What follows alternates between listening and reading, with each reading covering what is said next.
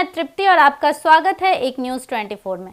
दिल्ली में आम आदमी पार्टी की हार और भारतीय जनता पार्टी की शानदार जीत ने राजनीतिक परिप्रेक्ष्य में कई महत्वपूर्ण सवाल उठाए हैं। खासकर दिल्ली के मुख्यमंत्री पद को लेकर बहस तेज हो गई है। यह सवाल केवल दिल्ली के लोग ही नहीं बल्कि अन्य राज्य जैसे बिहार में भी चर्चा का विषय बन गया है। बिहार के सियासी गलियारों में इस मुद्दे पर जोर शोर से बातें हो रही हैं। इस संदर्भ में बिहार के एक नेता और केंद्र सरकार के एमएसएमई मंत्री जीतन राम मांझी ने अपनी राय दी है, जो बिहार की राजनीति में महत्वपूर्ण भूमिका निभा रहे हैं।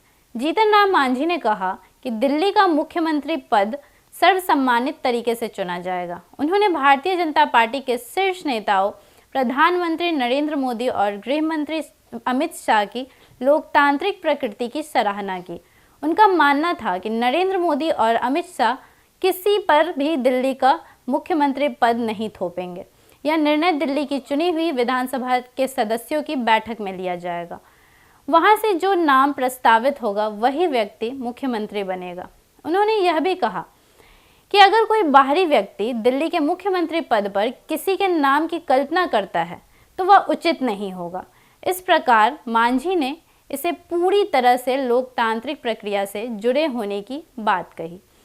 जीतन राम मांझी ने भारतीय जनता पार्टी की सरकार के सकारात्मक कदमों का भी समर्थन किया, खासकर बिहार के संदर्भ में।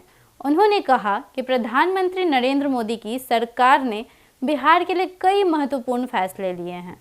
विशेष रूप से उन्होंने केंद्र सरकार द्वारा पेश किए गए बजट में बिहार को विशेष महत्व देने की बात की है। मांझी ने कहा कि 2024 और 2025-26 के बजट में बिहार के लिए काफ़ी संसाधन आवंटित किए गए हैं, जो राज्य के विकास के लिए महत्वपूर्ण होंगे। उनके अनुसार केंद्र सरकार ने बिहार के किसानों और सामान्य लोगों के लिए कई फायदे सुनिश्चित किए हैं। आयकर में छूट दी गई है, जिससे आम आदमी को लाभ मिलेगा। इसके अलावा मखाना बोर्ड का गठन बिहार के किसानों और इससे जुड़ी मजदूरों के लिए फ़ायदेमंद साबित हो रहा है।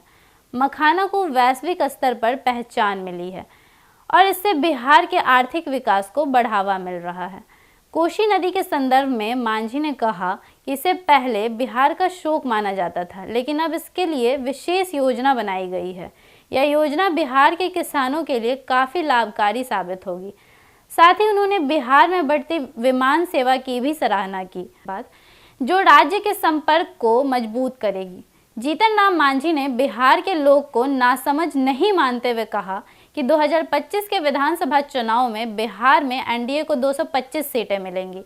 इसका मतलब यह है कि बिहार के लोग मोदी सरकार द्वारा किए गए कार्य और विकास से संतुष्ट हैं और वे आने वाले चुनाव में एनडीए को अपना समर्थन देंगे। कुल मिलाकर जीतन राम मांझी का बयान बिहार की राजनीति और आगामी चुनाव में एनडीए की स्थिति को मजबूत करने की दिशा में एक महत्वपूर्ण कदम माना जा सकता है। उनके अनुसार बिहार के लोग मोदी सरकार की नीतियों से खुश हैं और 2025 में एनडीए को प्रचंड समर्थन मिलेगा। बाकी आपके इस विषय में क्या राय है, हमें कमेंट सेक्शन में ज़रूर बताएं और ऐसे ही अपडेट्स के लिए जुड़े रहे एक न्यूज़ 24 के साथ। धन्यवाद।